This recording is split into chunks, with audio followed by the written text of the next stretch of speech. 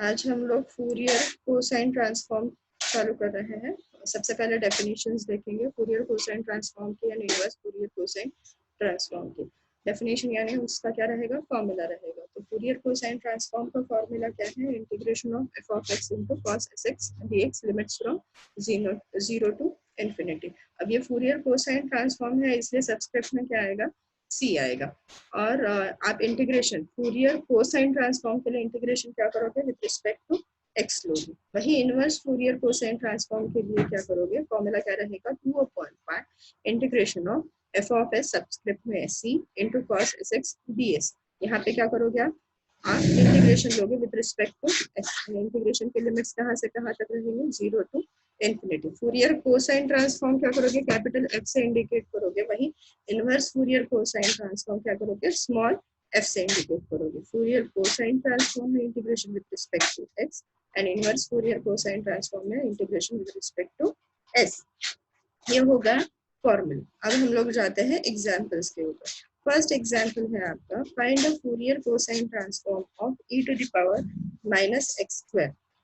यानी सॉल्यूशन देखते हैं। यानी आपका जो एफ ऑफ एक्स है, स्मॉल एफ ऑफ एक्स क्या है, e to the power minus x square है आपका एफ ऑफ एक्स। अब फूरियर कोसाइन, क्वेश्चन में क्या पूछा है, फूरियर कोसाइन ट्रांसफॉर्म को आपको फाइंड आउट करना है।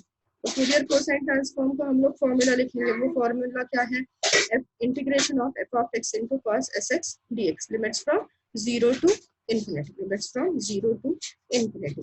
अब एफ ऑफ एक्स की वैल्यू क्या है, एफ ऑफ एक्स की वैल्यू है e to the power minus x square. वो हम लोगों ने पुट कर दी यहाँ पे।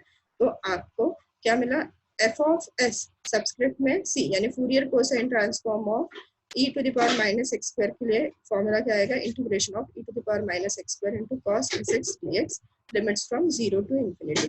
अब जो फूरियर साइन ट्रांसफॉर्म है, यानी एफ ऑफ एस सब्सक्रिप्ट में सी, तो हम लोगों ने क्या कंसिडर किया है, आई कंसिडर किया है। हम लोग क्या कंसिडर कर रहे हैं, आई, और उसको हम लोगों ने नंबर क्या दिया है, 1। अब जैसे हम लोगों ने पहले भी देखा हुआ है कि अगर e to the power x into cos S x रहता तो आपके पास डायरेक्टली इंटीग्रेशन का फॉर्मूला है।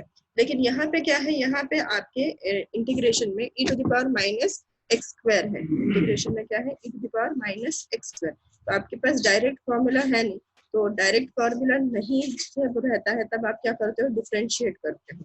अब लेकिन डिफरेंशिएट करने के लिए वेरिएबल कौन सा चूज करोगे, जो इंटीग्रेशन में नहीं है। यानी यहाँ पे विथ रिस्पेक्ट टू x हम लोग इंटीग्रेशन ले रहे हैं। तो x के अलावा कौन सा वेरिएबल है, वेरिएबल है s।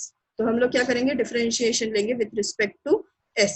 तो हम लोग क्या लिखेंगे, differentiating both sides with respect to s, what we will get, i का डेरिवेटिव क्या रहेगा, di by ds is equals to. अब इंटीग्रेशन कैंसिल क्यों नहीं होगा, क्योंकि इंटीग्रेशन है with respect to x and हम लोग डिफरेंशिएशन विथ रिस्पेक्ट टू क्या ले रहे हैं, s ले रहे हैं। इसलिए ये इंटीग्रेशन कैंसिल नहीं होगा। e to the power minus x square को हम लोग एज अ कांस्टेंट ट्रीट करेंगे, इसलिए यहाँ पे वापस वो e to the power minus x square as it is आ गया। अब cos एस एक्स का डेरिवेटिव क्या है, माइनस साइन एस एक्स। लेकिन यहाँ पे x नहीं है सर, सॉरी s नहीं है सर। एस एक्स के डेरिवेटिव से क्या करना पड़ेगा, मल्टीप्लाई करना पड़ेगा। तो एस एक्स का derivative with respect to s क्या आएगा, एक्स। इसलिए यहाँ पे क्या किया है, हम लोगों ने एक्स से मल्टीप्लाई किया है। कॉस का इंटीग्रेशन सॉरी कॉस का डेरिवेटिव क्या रहता है, माइनस साइन एस एक्स। इसलिए यहाँ पे क्या आया, माइनस का साइन।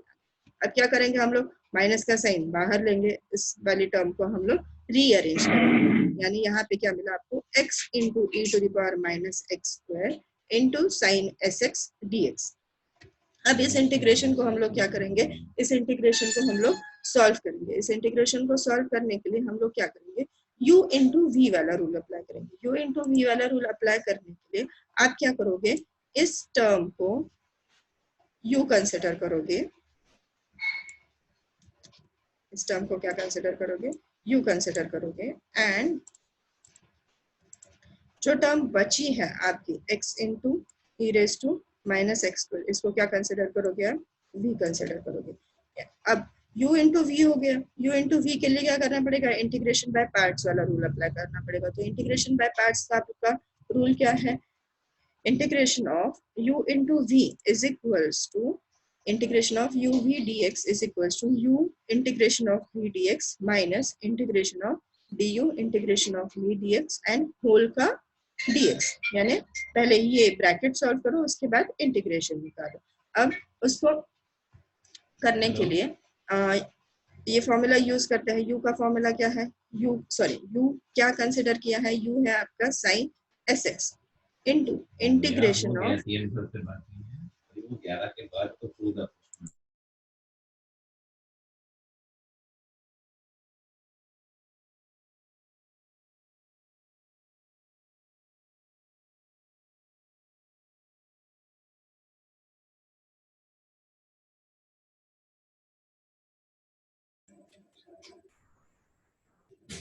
अब u इंटू वी वाला रूल अप्लाई कर रहे हैं, तो ये माइनस का साइन एज इट इज आएगा कर्ली ब्रैकेट में।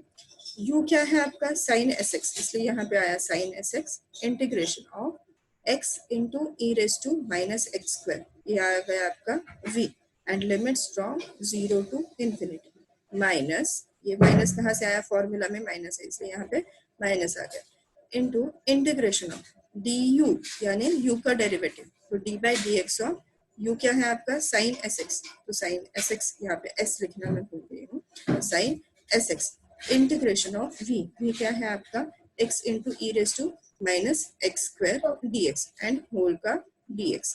अब सॉल्व करने के लिए हम लोग क्या करते हैं, इस इंटीग्रेशन को सॉल्व करने के लिए हम लोग करते हैं ये वाला x integration of x into e raise to minus x square को सॉल्व करने के लिए हम लोग क्या करते हैं, माइनस एक्स स्क्वायर को पुट करते हैं वेरिएबल t से। तो माइनस एक्स स्क्वायर को वेरिएबल t से सब्सटीट्यूट करने के बाद इसका डेरिवेटिव लेते हैं, तो एक्स स्क्वायर का डेरिवेटिव क्या आएगा, minus 2x dx is equals to dt। दोनों साइड डिफरेंशिएट कर लिया क्योंकि यहाँ पे dx है इसलिए dx आ गया। अब -2 जो है वो क्या करेंगे हम लोग राइट साइड में लेके जाएंगे, तो आपके पास क्या रहेगा, x dx is equals to minus dt upon 2 आ गया। अब ये वाली वैल्यूज जो है, ये वाली वैल्यूज हम लोग इस इंटीग्रेशन में पुट कर देंगे, तो इस वाले इंटीग्रेशन में पुट करने के बाद आपको मिलेगा क्या, integration of x e raise to minus x square dx is equals to e raise to minus x square के लिए हम लोगों ने पुट क्या किया है t, तो e to the power t and x into dx के लिए क्या सब्सटीट्यूशन है आपका, माइनस dt अपॉन 2, तो यहाँ पे लिख दिया हम लोगों ने माइनस dt अपॉन 2। अब -1/2 क्या है आपका कांस्टेंट है, तो वो क्या होगा, इंटीग्रेशन के बाहर आ जाएगा और इंटीग्रेशन के अंदर क्या बचेगा, सिर्फ e raise to t dt बचेगा। अब e रेज टू टी का इंटीग्रेशन क्या है, e रेज टू टी, इसलिए सिर्फ यहाँ पे हम लोगों ने क्या लिख दिया, e रेज टू टी। लेकिन बैक सब्सटीट्यूशन वापस करना पड़ेगा, t की वैल्यू क्या है, माइनस एक्स स्क्वायर, तो यहाँ पे हम लोगों ने t को वापस रिप्लेस कर दिया माइनस एक्स स्क्वायर से। अब ये जो इंटीग्रेशन की वैल्यू मिली, integration of x e raise to minus x square की जो वैल्यू मिली है, वो वैल्यू हम लोग क्या करेंगे, इस इक्वेशन नंबर 2 में सब्सटीट्यूट करेंगे। मैं सब्सटीट्यूट कर दी यहाँ पे, देखो integration of x e raise to minus x square dx is equal to what, minus e raise to minus x square upon 2। ये हम लोग क्या करेंगे, इक्वेशन 2, यानी ये हमारा सब्सटीट्यूशन आएगा यहाँ पे भी नहीं बेसिकली बोल सकते हो आप, ये वाली टर्म के लिए, ये वाली टर्म के लिए एंड ये वाली टर्म के लिए। अब यहाँ पे आंसर लिखते हैं हम लोग, देखो d by d s left side वाली टर्म हमारी ऑलरेडी है, डी बाई डी एस वो लिख दी हम लोगों ने, d by d s is equals to minus का साइन ऑलरेडी है, माइनस का साइन दे दिया, curly bracket into square bracket sine s x लिख दिया। अब e to the power sorry integration of x e raise to minus x square dx का integration क्या है, minus e raise to minus x square upon 2, तो यहाँ पे हम लोगों को सब्सटीट्यूट करना है, तो जो माइनस का साइन है वो मैंने स्टार्टिंग में लिखा है, into e raise to minus x square upon 2 and यहाँ पे क्या है आपके इंटीग्रेशन के लिमिट्स कहाँ से कहाँ तक है, 0 टू इंफिनिटी तक है, minus integration of d by d x of sine x, d by d x of sine x का डेरिवेटिव क्या आता है विथ रिस्पेक्ट टू x, तो s cos sx, right, sine का डेरिवेटिव cos एंड sx का derivative with respect to x s आएगा, तो s से हम लोगों ने मल्टीप्लाई कर दिया और इसके बाद के टर्म कौन से, integration of x e raise to minus x square dx, तो इस इंटीग्रेशन की वैल्यू क्या है, minus e raise to minus x square upon 2, तो वो यहाँ पे पुट कर देंगे हम लोग, वो यहाँ पे पुट कर दी, राइट। अब नेक्स्ट पोर्शन आपका क्या बचता है, अब नेक्स्ट स्टेप पे आते हैं, तो माइनस साइन एस एक्स ये माइनस का जो साइन है वो सबसे पहले अंदर ले लेते हैं, तो माइनस माइनस क्या हो जाएगा, यहाँ पे प्लस हो जाएगा, माइनस माइनस यहाँ पे क्या हो जाएगा, प्लस हो जाएगा। लेकिन यहाँ का बाहर का जो अंदर, सॉरी ये वाली टर्म वापस समझो, माइनस साइन अंदर लेने से पहले माइनस माइनस यहाँ पे क्या हो जाएगा, प्लस हो जाएगा। अब minus minus plus, minus plus minus हो गया। अब ये वाली टर्म के ऊपर जाते हैं, sine s x into e raise to minus x square upon two limits from 0 to infinity minus s क्या है, कांस्टेंट है। क्यों? क्योंकि आपका इंटीग्रेशन क्या है, विद रिस्पेक्ट टू एक्स है, इसलिए आपका एस क्या होगा, कांस्टेंट होगा। अपॉन टू वाला भी क्या है, वो भी कांस्टेंट है, तो वो क्या आएगा, इंटीग्रेशन के बाहर, यानी एस बाई टू इंटीग्रेशन के बाहर आए। अब इंटीग्रेशन के अंदर क्या बचा है, cos S x into e raise to minus x square d x. Minus का साइन ऑलरेडी हम लोग बाहर निकाल चुके हैं, minus minus plus, plus minus minus, इसलिए यहाँ पे क्या है, माइनस का साइन है। अब इसको सॉल्व करना है। यहाँ पे फर्स्ट ब्रैकेट के लिए लिमिट्स कहाँ से कहाँ तक है, 0 टू इन्फिनिटी के लिए। अब यहाँ पे ई रेज टू माइनस इन्फिनिटी की वैल्यू क्या रहती है, 0 रहती है, इसलिए अपर लिमिट के लिए होल टर्म क्या हो जाएगी, 0 हो जाएगी। अब लोअर टर्म के लिए देखो, एक ही टर्म में वैल्यू क्यों डाल रही हूँ मैं, क्योंकि एक टर्म 0 होने के बाद होल टर्म क्या हो जाएगी, 0 हो जाएगी, इसलिए हम लोग क्या करेंगे, एक ही टर्म में वैल्यू डालेंगे। तो यहाँ में हम लोगों ने e to the power minus infinity डालने के बाद ये टर्म 0 हो गई, तो होल टर्म भी 0। अब 0 के लिए क्या करेंगे, हम लोग साइन में वैल्यू डालेंगे। क्यों? क्योंकि हमें पता है साइन 0 क्या रहता है, साइन 0 0 रहता है, इसलिए यहाँ पे क्या आ गया, ये होल टर्म क्या बन गई, 0 बन गया। ये अब ये फर्स्ट ब्रैकेट का प्रॉब्लम सॉल्व हो गया। अब जाते हैं हम लोग सेकेंड ब्रैकेट के ऊपर, माइनस एस बाई टू। अब ये जो cos S x into e raise to minus x square है, वो देखो, cos S x into e raise to minus x square, integration के लिमिट्स 0 टू इन्फिनिटी, इसकी वैल्यू हम लोगों ने क्या लिखी है, आई, और वही टर्म हमें यहाँ पे वापस मिल रही है, राइट। तो यहाँ पे हम लोग क्या लेंगे, इस इंटीग्रेशन की होल वैल्यू क्या लिखेंगे, हम लोग आई लिखेंगे। तो हमें क्या मिल रहा है, d I by d s is equals to, ये होल टर्म 0 हो गई तो इसको लिखने की जरूरत नहीं है, is equals to minus S by two into I. अब क्या करना है, बेसिकली हमें आई की वैल्यू चाहिए, राइट। अब आई की वैल्यू कैसे निकाल सकते हो, यहाँ पे तो डिफरेंशियल इक्वेशन आ गया। अब इंटीग्रेशन डायरेक्टली लेंगे तो पॉसिबल नहीं है वैल्यू निकालना, तो हम लोग क्या करेंगे, सेपरेशन ऑफ वेरिएबल्स जो हम लोगों ने M2 में पढ़ा है या फिर ऑर्डिनरी डिफरेंशियल इक्वेशंस में पढ़ा था, उसके अकॉर्डिंगली इसको हम लोग सॉल्व करेंगे। यानी हम लोग क्या करेंगे, आई वाले सारी वेरिएबल्स एक साइड एंड एस वाले सारी वेरिएबल्स एक साइड, आई वाले सारी वेरिएबल्स एक साइड एंड एस वाले सारी वेरिएबल्स एक साइड। तो यहाँ पे क्या मिलेगा आपको, d I upon I is equal to minus S by two into d s, यानी डिनोमिनेटर वाला एस क्या कर लिया हम लोगों ने, राइट साइड लेके गए, एंड आई जो है वो न्यूमरेटर वाला आई हम लोग लेफ्ट साइड में जाके डिनोमिनेटर में लेके। अब क्या मिला आपको, आई वाले सारे वेरिएबल्स एक साइड एंड एस वाले सारे वेरिएबल्स एक साइड। अब क्या करेंगे, हम लोग दोनों साइड इंटीग्रेट करेंगे। दोनों साइड इंटीग्रेट करने के बाद आपको इक्वेशन कैसे मिलेगा, integration of d I by I is equal to s by two into d s. अब यहाँ पे माइनस 1/2 क्या है, कांस्टेंट है, इसलिए बाहर निकाल दिया, और इंटीग्रेशन के अंदर क्या बचा, एस इंटू डी एस। अब इंटीग्रेशन डी आई अपॉन आई का इंटीग्रेशन क्या आएगा, लॉग आई। क्यों? क्योंकि आपको पता है 1 अपॉन एक्स का इंटीग्रेशन क्या रहता है, लॉग एक्स रहता है। अब यहाँ पे एक्स की जगह क्या है, आई है, इसलिए यहाँ पे क्या आएगा, log I. Minus 1/2 is equal to minus 1/2 as it is.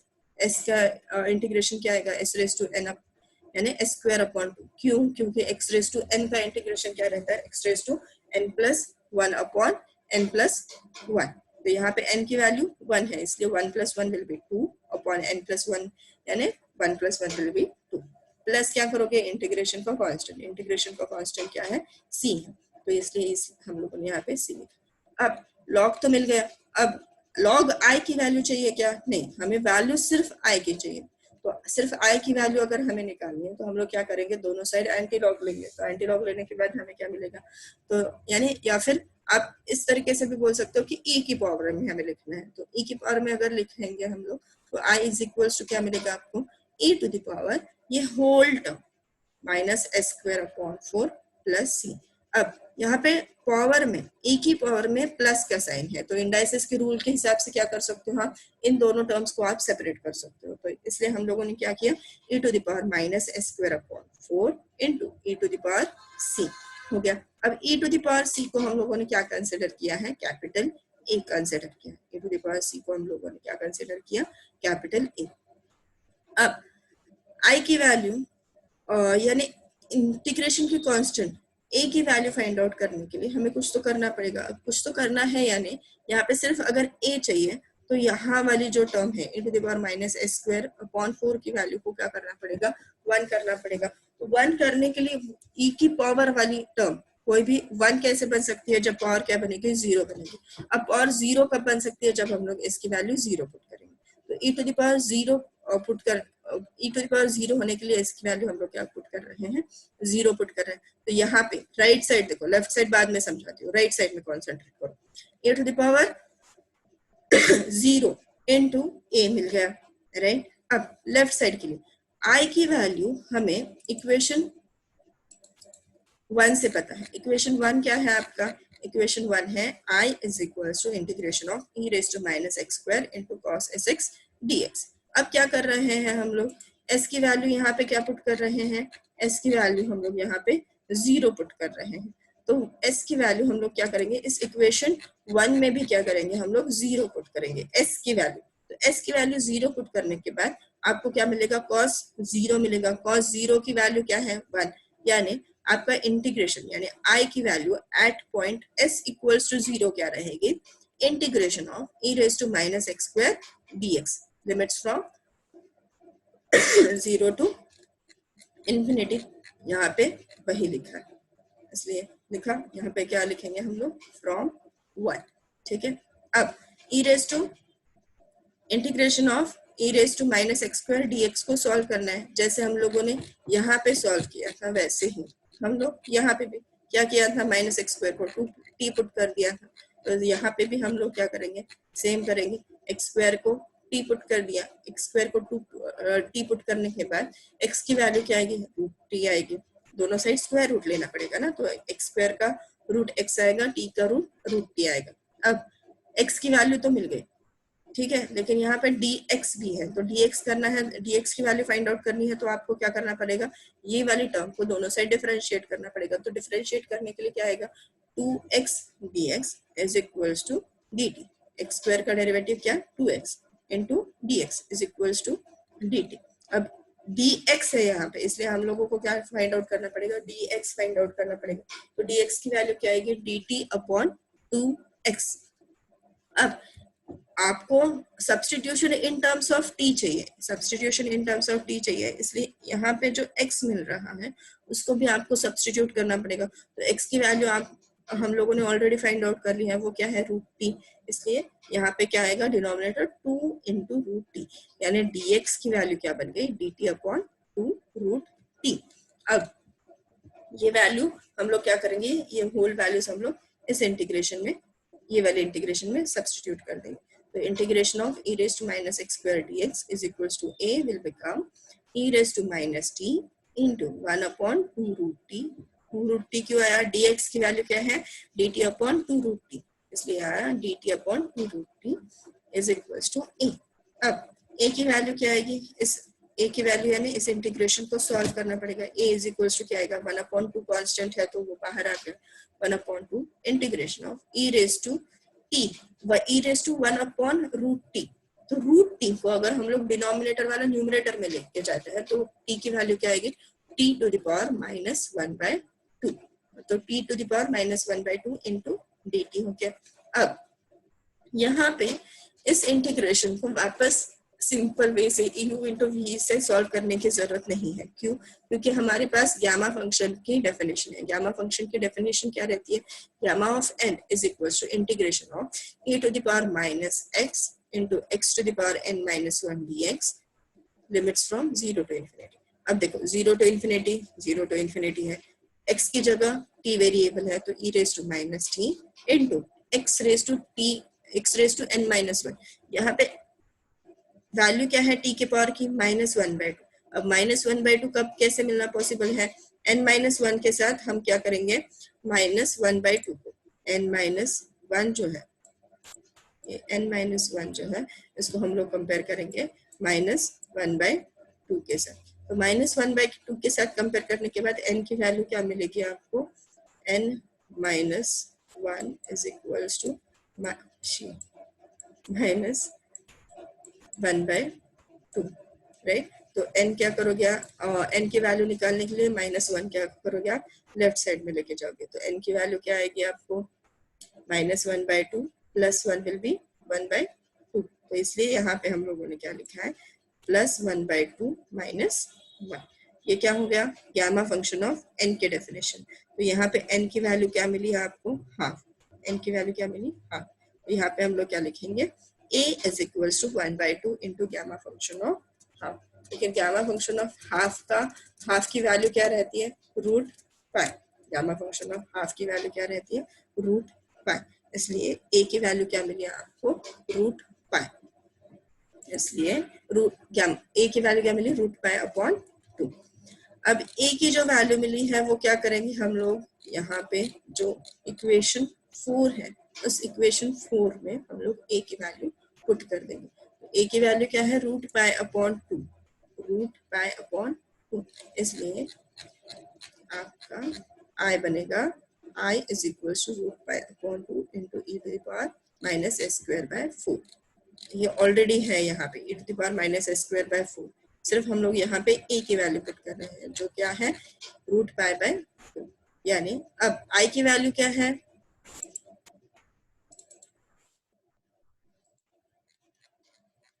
i यानी क्या हम लोगों ने कंसिडर किया था, फूरियर कोसाइन ट्रांसफॉर्म कंसिडर किया था।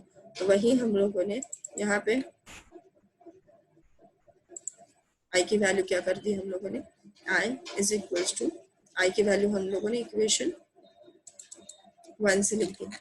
इक्वेशन 1 से क्या है, integration of e⁻⁻² cos sx हो गया, लिमिट्स फ्रॉम 0 टू ∞। यानी फूरियर कोसाइन ट्रांसफॉर्म की वैल्यू क्या मिली है, √π/2 इंटू e⁻⁻²/4।